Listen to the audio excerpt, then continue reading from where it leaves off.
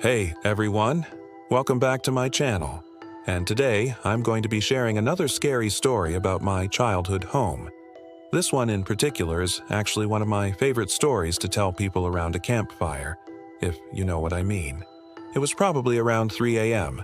I was having trouble sleeping again, which was pretty common, and I was sitting in the den by myself just kind of thinking about things.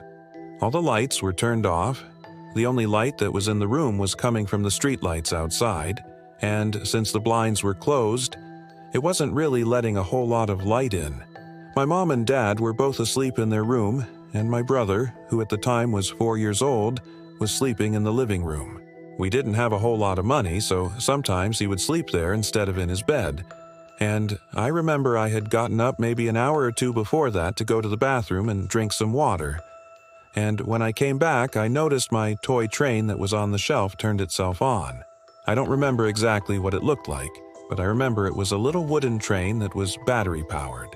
And I distinctly remember looking at it, turning it off, and not touching it after that.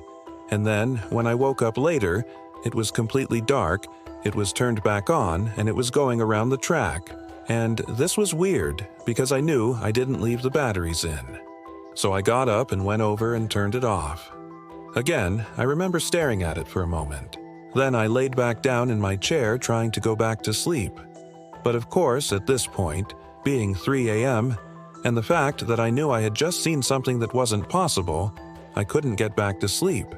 So I sat there quietly, just listening to my brother breathe in the next room over and waiting for the sun to come up.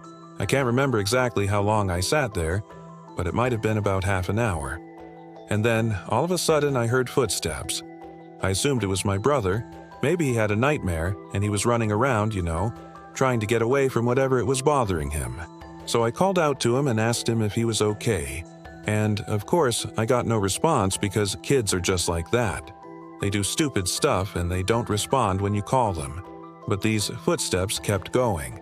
They were heavy, like someone walking in regular shoes, and I could hear them running back and forth in the hallway upstairs.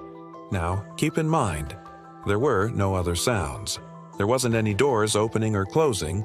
It was just footsteps, and it sounded like a child, like someone maybe wearing little tennis shoes, running back and forth, stopping, turning around, running back.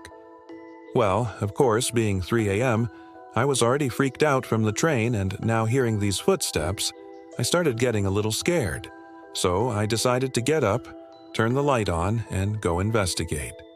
Well, when I got up, I did just that. I walked out into the hallway and turned on the light.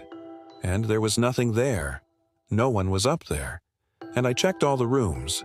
The window was closed, the door was closed. There was no way anyone could have gotten in. Of course, I called out to my parents, and they came out and asked me what was wrong. And I told them I heard footsteps. And of course, they thought I was just messing around. They said, you've always done this. You've always pretended there's ghosts in this house. And I said, no, I swear there's something here. But of course, they didn't believe me. They thought I was just making things up. And honestly, I don't blame them because who would believe that? I mean, there were no ghosts in our house. I told them I heard footsteps running around upstairs. And they said, well, maybe you did. Maybe you just dreamt it. Well, of course, that meant that they left me alone to deal with whatever it was that was making those noises. And I spent the rest of the night sitting in the den waiting for the sun to come up. Later that same week, we had some visitors come over. They were friends of my parents who hadn't seen me in a while. And they said, "Oh, it's so good to see you. How are you?" And of course, I told them all about the crazy things that have been happening lately. I told them about the toy train and the footsteps. And they said, "Oh, well, let's just go see this for ourselves." So I led them up the stairs into the hallway. Of course, they thought I was making it all up. And they said, "There's no way. Let's check this out." Well, they went up the steps and they stopped. And they said, "Yeah, I think we're gonna need a flashlight because it's pretty dark up here." And I said, "No, it's fine. Just come see." And when they stepped into the light, they gasped. They said, "What's this?" And I said, "What's what?" And they pointed to the steps. And on the steps was a little girl in a Victorian nightgown. and she was standing there smiling at us. And then she walked past us and she disappeared down the hall.